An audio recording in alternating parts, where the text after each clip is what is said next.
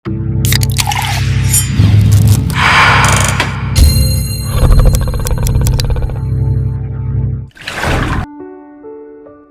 ini kita menyadarkan diri kita, terlebih lagi yang berceramah, jangan kau hanya sampai menyampaikan ayat saja. Hai Abdul Samad, apakah kau yang bicara itu hatimu sudah hidup? Senantiasa merasakan diri, aku orang paling hina, aku orang paling kotor, ditempelkan kening ke lantai di tempat yang diinjak tapak kaki, mengatakan bahwa aku bukan siapa-siapa. Umur diberikan Allah 40, 60, 70. Berapa yang kupakai untuk menolong agama Allah? Berapa yang kupakai untuk mengingat Allah? Mata, tangan, telinga, kaki akan diminta tanggung jawab di hadapan Allah. Dulu dibangga-banggakan, dihormati, dimuliakan. Yang kami muliakan Al-Mukarram, Al-Ustaz. Tapi pada saat tiba masanya, yang kita bawa tak lain tak bukan innallaha la yanzuru ila ajsamikum. Allah tak menengok badan, fisik, bentuk tubuh, baju. Ini sampulnya saja. Wala ila suwarikum, Allah tak menengok rupa, wajah. Walakin yanzuru ila qulub. Hati kamu yang bersih itulah yang kau bawa menghadap Allah Subhanahu wa taala. Yauma la yanfa'u malun, harta tak berguna, wala banun, anak tak bisa menolong, harta tak berguna, anak tak mampu menolong, illa man atallah, kecuali orang yang datang menghadap Allah biqalbin salim,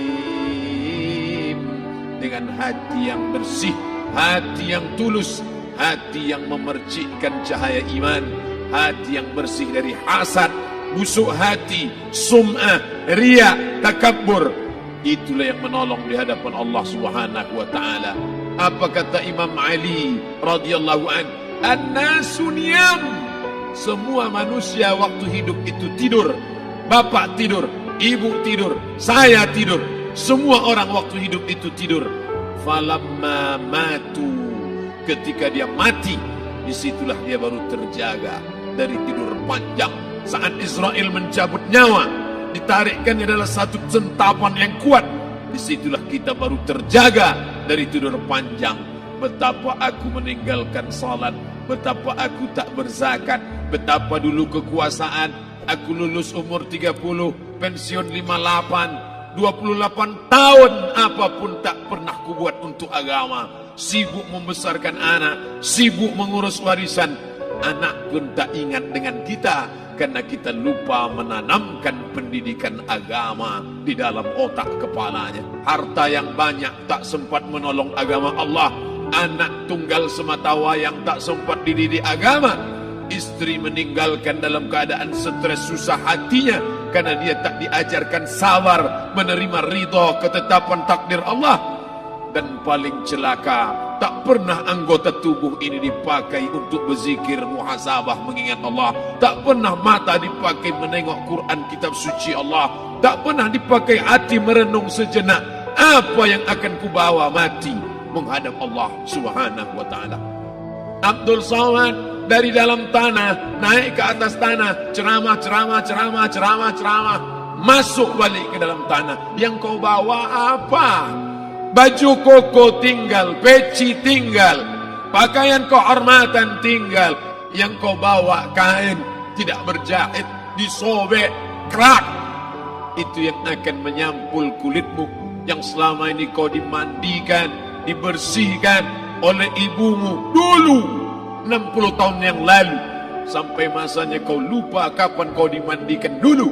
Sekarang ruh melihat, disebut dia ruh karena dia raha ya ruhu ruh, seperti aroma semerbak yang datang pergi hinggap.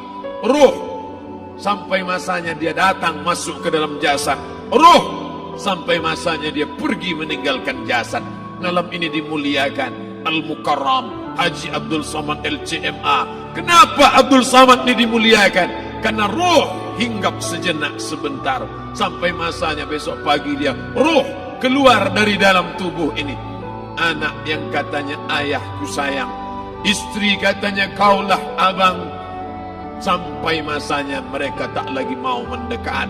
Rumah itu saya yang buat, saya yang mengukurnya. Tapi begitu ruh sudah keluar dari badan, tidak satu pun semeter, sesenti, sejengkal, sehasta ada tempat di rumah itu untuk jenazah bernama jenazah Abdul Somad. Mana kawan, sahabat, andai tolan, anak menantu, teman sekantor, semuanya pergi meninggalkan. Yang tetap dibawa, kalau pernah kaki melangkah salat berjamaah di masjid, kalau pernah tangan mengusap kepala anak yatim, kalau pernah tangan mengucap subhanallah. Nanti di akhir tausiah kita akan berzikir, munajat, muhasabah diri, berdoa, mengenang apa yang akan kita bawa menghadap Allah Subhanahu wa taala.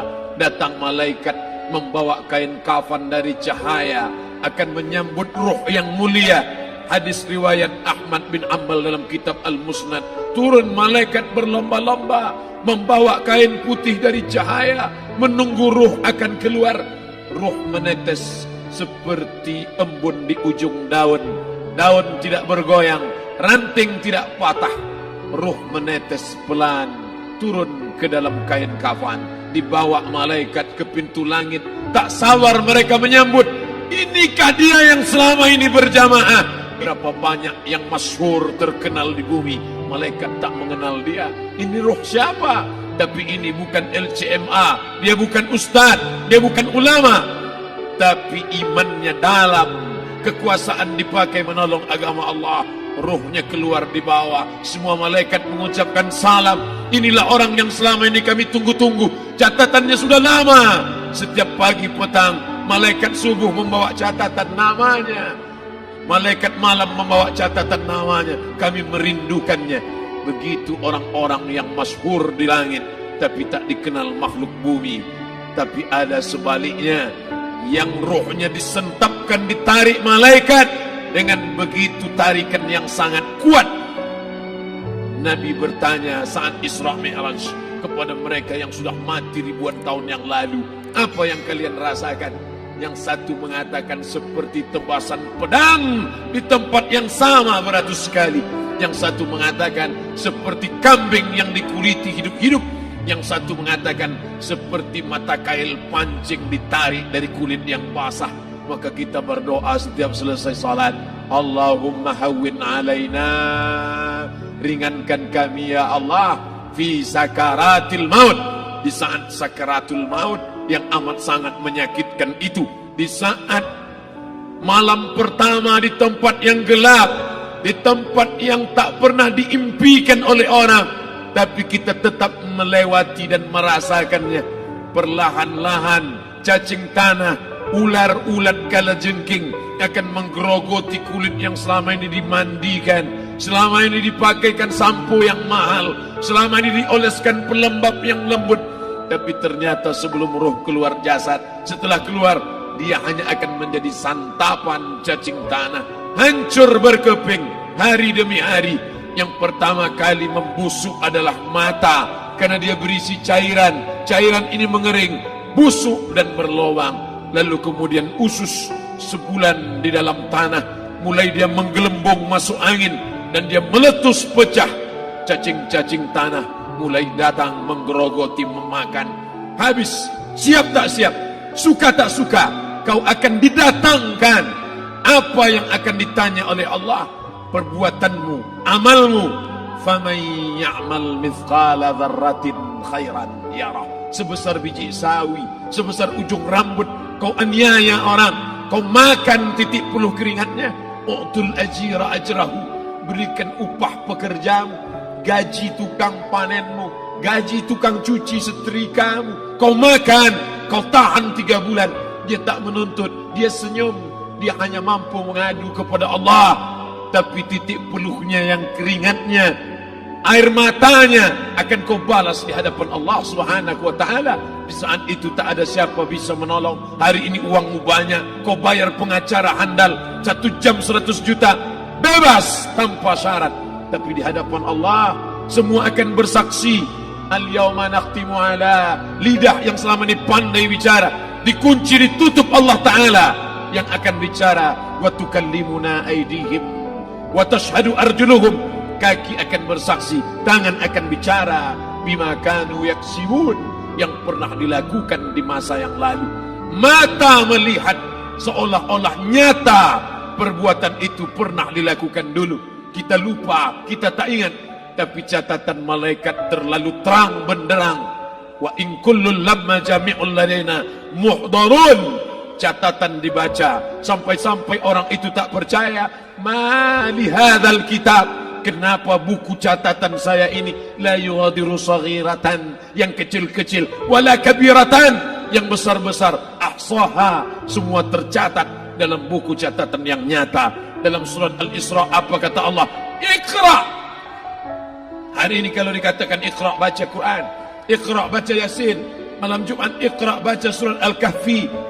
Tapi sampai hari itu Yasin tak bermakna, Al-Kahfi tak lagi disuruh baca, karena hidup sudah berakhir. Iqra, baca. Apa yang kau baca? Kafa binafsika al-yawma 'alaika hasiba. Baca buku catatan amal. Sampulnya dosa, isinya dosa. Catatan kakinya dosa, sampul penutupnya dosa, bibliografinya dosa. Sampai ia pun tidak percaya, kenapa aku hidup hanya dosa saja. Saat itu dia mendengar teriakan azab, saat itu dia menyaksikan pekikan teriakan sakitnya siksa.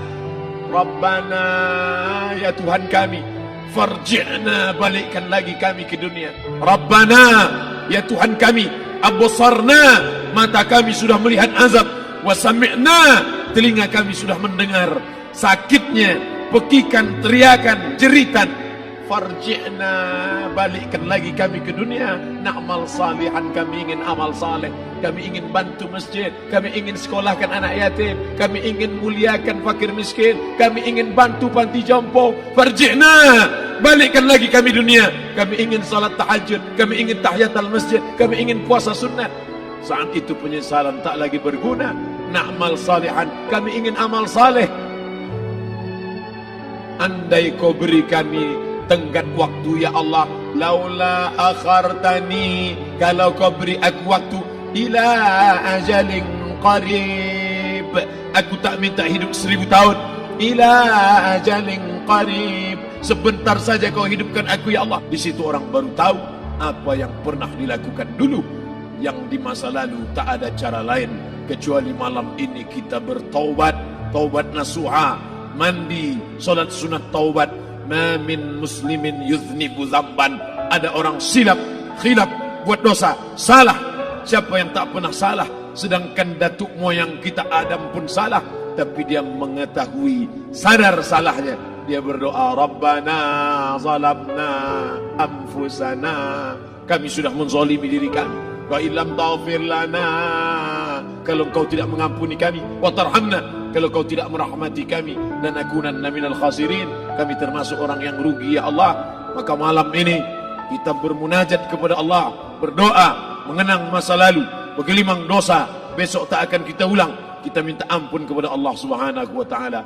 Astaghfirullahalazim, astaghfirullahalazim, astaghfirullahalazim.